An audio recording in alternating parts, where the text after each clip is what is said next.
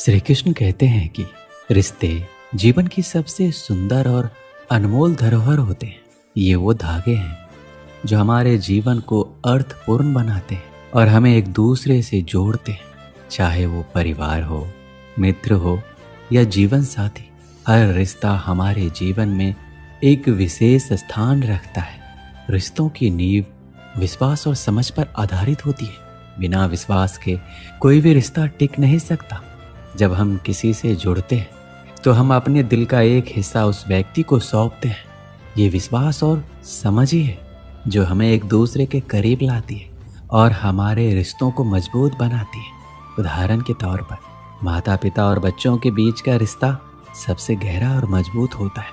ये रिश्ता पूरी तरह से विश्वास पर आधारित होता है। माता पिता अपने बच्चों पर विश्वास करते हैं और बच्चे भी अपने माता पिता पर निर्भर रहते हैं। ये विश्वास उन्हें एक दूसरे के और करीब लाता है और उनके रिश्तों को मजबूत बनाता है। रिश्तों में संवाद का बहुत ही बड़ा महत्व होता है। संवाद का मतलब सिर्फ बोलना ही नहीं होता है, बल्कि एक दूसरे को सुनना और समझना भी होता है। जब हम किसी रिश्ते में संवाद करते हैं तो हम अपने विचार, भावनाएं और इच्छाएं साझा करते हैं। ये संवाद हमें एक दूसरे को बेहतर समझने में मदद करता है और रिश्तों को और भी गहरा बनाता है।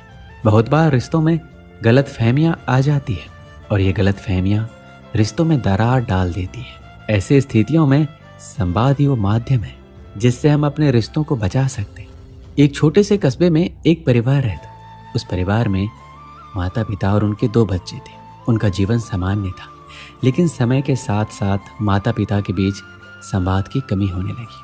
माता पिता अपने काम में व्यस्त रहते और बच्चों के साथ भी ज़्यादा समय नहीं बिता पाते।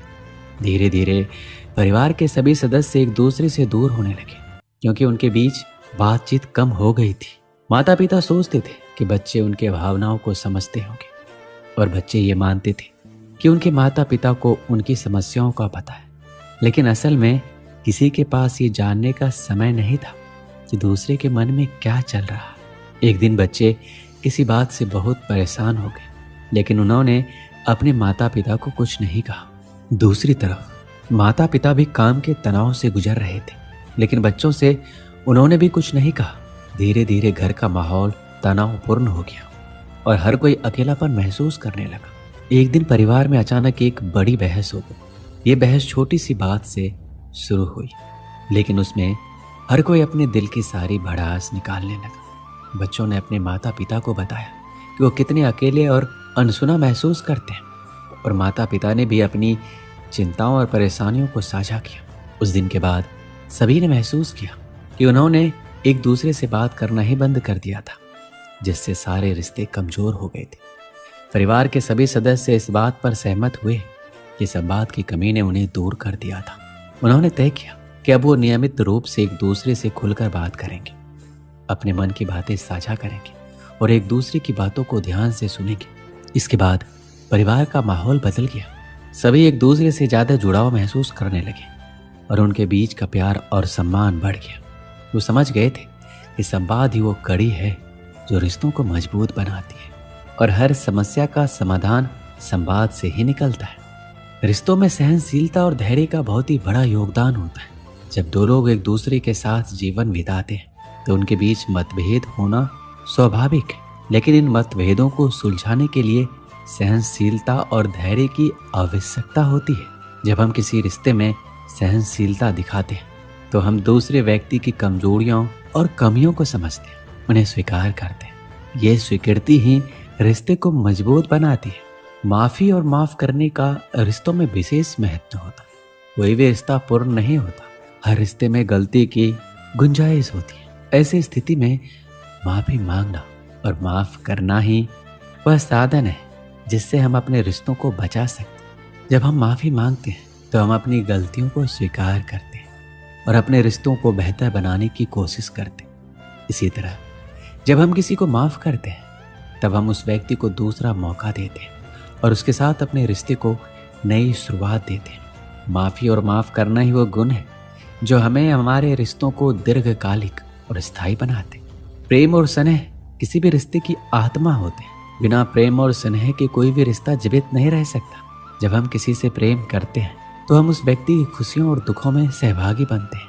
ये प्रेम ही है जो हमें एक दूसरे से जोड़ता है और हमारे रिश्ते को गहरा बनाता है। ईमानदारी भी किसी रिश्ते की सबसे बड़ी मजबूत नींव होती है। जब हम किसी से ईमानदारी से पेश आते हैं तो हम उस रिश्ते में भरोसा और विश्वास का नींव रखते हैं।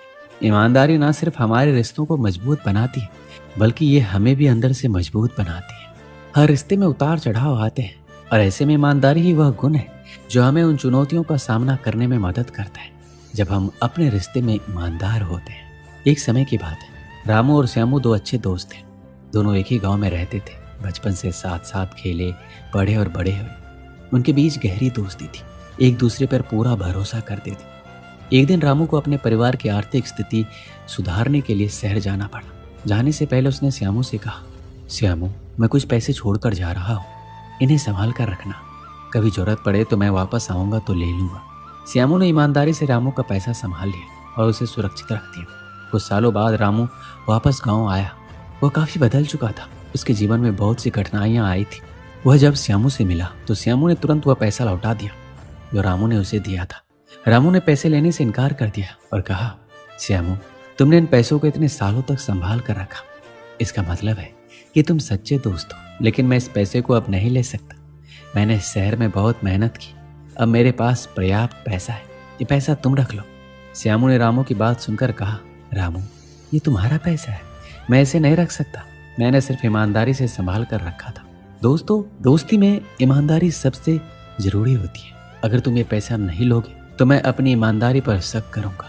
रामू को श्यामू की बातों ने बहुत प्रभावित किया। उसने श्यामू को धन्यवाद किया और पैसा वापस ले लिया। दोनों की दोस्ती और भी गहरी हो गई क्योंकि अब दोनों को समझ आ गया था कि उनका रिश्ता सिर्फ दोस्ती पर नहीं बल्कि ईमानदारी और विश्वास पर आधारित है। रिश्तों में कद्र करना भी जरूरी है। जब हम रिश्तों की कद्र करते हैं तब हम उन्हें और मजबूत और स्थायी बनाते हैं। रिश्तों की कद्र का मतलब है हम उन लोगों का सम्मान करें जो हमारे जीवन में है और उनकी भावनाओं और आवश्यकताओं का ख्याल रखें। एक छोटे से गांव में एक व्यक्ति रहता था जो बहुत मेहनती था। वह दिन रात काम में जुटा रहता। अगर वो खूब सारा पैसा कमा लेगा तो उसका परिवार बहुत खुश रहेगा। वह अक्सर अपने परिवार और दोस्तों के साथ समय बिताने के बजाय अपने काम को प्राथमिकता देता था।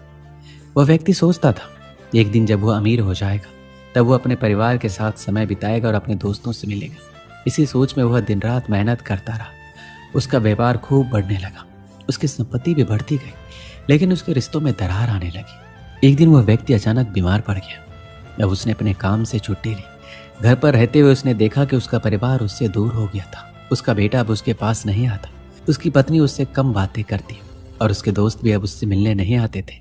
वह व्यक्ति धीरे धीरे समझने लगा कि उसके जीवन के सबसे महत्वपूर्ण पहलू को उसने नजरअंदाज कर दिया है। उसने सोचा कि पैसों से खुशियां खरीदी जा सकती है, लेकिन अब उसे एहसास हुआ कि सच्ची खुशियां रिश्तों में होती है, ना कि धन दौलत में। उसने अपने परिवार से, दोस्तों से माफी मांगा और कहा, मैंने हमेशा सोचा कि पैसा हमेशा खुश रखेगा, लेकिन अब समझ आ गया है असली खुशी तो आपके साथ बिताए गए पलों में है।